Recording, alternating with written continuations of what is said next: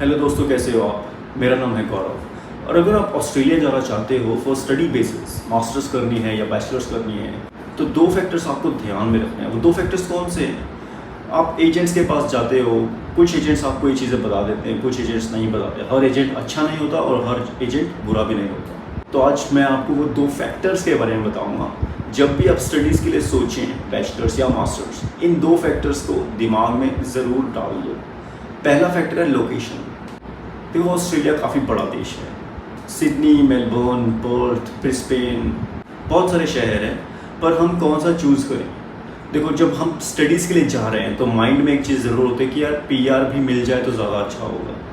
तो अगर आपको पीआर भी चाहिए लॉन्ग टर्म में, उसके लिए ज़रूरी है आपको लंबा रहना वहाँ पे। फॉर एग्ज़ाम्पल, आपने बैचलर्स किया सिडनी से या मेलबर्न से या ब्रिस्बेन से, ये 3 सिटीज़ ऐसी हैं, अगर आप बैचलर्स करते हो तो आपको 2 या 4 साल का वर्क परमिट मिलता है। अगर आप सिडनी, मेलबर्न या ब्रिस्बेन, इन 3 जगह से बैचलर्स करते हो, अब 2 साल का मिलेगा या फिर 4 साल का मिलेगा वर्क परमिट, वो डिपेंड करता है आपने कौन सा कोर्स किया है।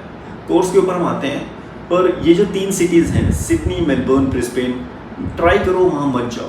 पर ऐसा क्यों? क्योंकि वर्क परमिट आपको 2 या 4 साल का मिलेगा। लेकिन अगर आप किसी दूसरे शहर में जाते हो, फॉर एग्जांपल पर्थ में जाते हो, जिसकी आबादी लगभग 20 लाख के आसपास है, या गोल्ड कोस्ट में जाते हो। गोल्ड कोस्ट में क्या है कि आबादी कम है, 5 लाख 7 लाख के आसपास आबादी है, वहाँ पे पॉपुलेशन थोड़ी कम है, लेकिन वहाँ लोग काफ़ी आते जाते रहते हैं, टूरिस्ट प्लेस है। पर्थ क्या है, वहाँ का CBD एरिया 7-8 बजे बंद हो जाता है। लेकिन गोल्ड कोस्ट में ऐसा नहीं है। गोल्ड कोस्ट में वीकेंड में तो 12-12 बजे तक शॉप्स खुली रहती है, तो टूरिज़्म बहुत ज़्यादा है गोल्ड कोस्ट में। तो मैं तो यही कहूँगा, गोल्ड कोस्ट, पर्थ, एडलीड मत जाना। एडलीड में इतना ज़्यादा स्कोप नहीं है चीज़ों का, आपको जॉब्स मिलने में प्रॉब्लम होगी।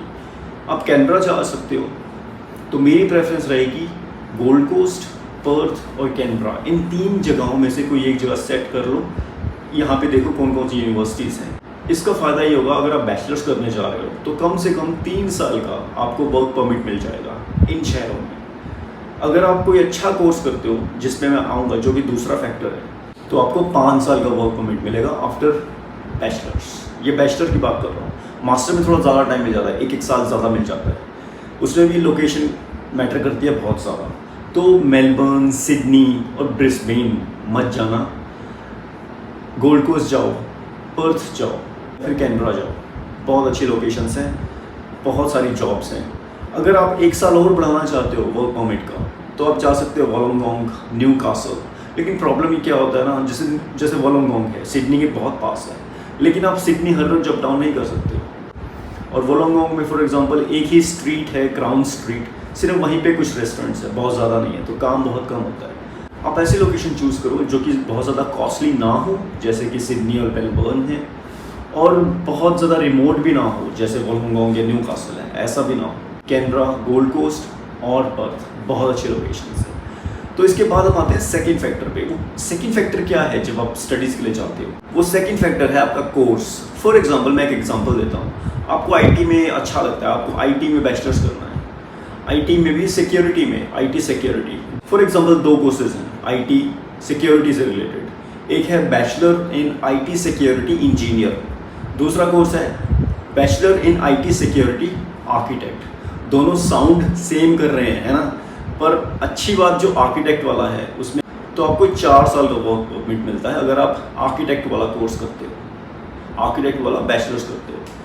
अगर आप यही चीज़ आर्किटेक्ट वाली, IT in cyber security architect, ये आप करते हो या फिर कैनबरा से, तो आपको मिलता है 5 साल का वर्क परमिट। तो देखा आपने, अगर आप इंजीनियर वाला कोर्स करते हो तो आपको मिलेगा 3 साल का वर्क परमिट, गोल्ड कोस्ट से, पर्थ से या फिर कैनबरा से।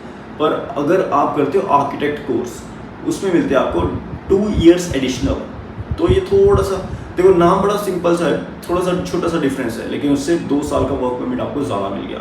और जो आर्किटेक्ट वाले कोर्सेज हैं, चाहे आप QA टेस्टिंग में हो आर्किटेक्ट, चाहे आपको नेटवर्क इंजीनियर में आर्किटेक्ट, किसी भी चीज़ में आर्किटेक्ट, IT वालों में स्पेशली होता है ये, आर्किटेक्ट में कोर्सेज में 2 साल का वर्क परमिट आपको ज़्यादा मिलता है।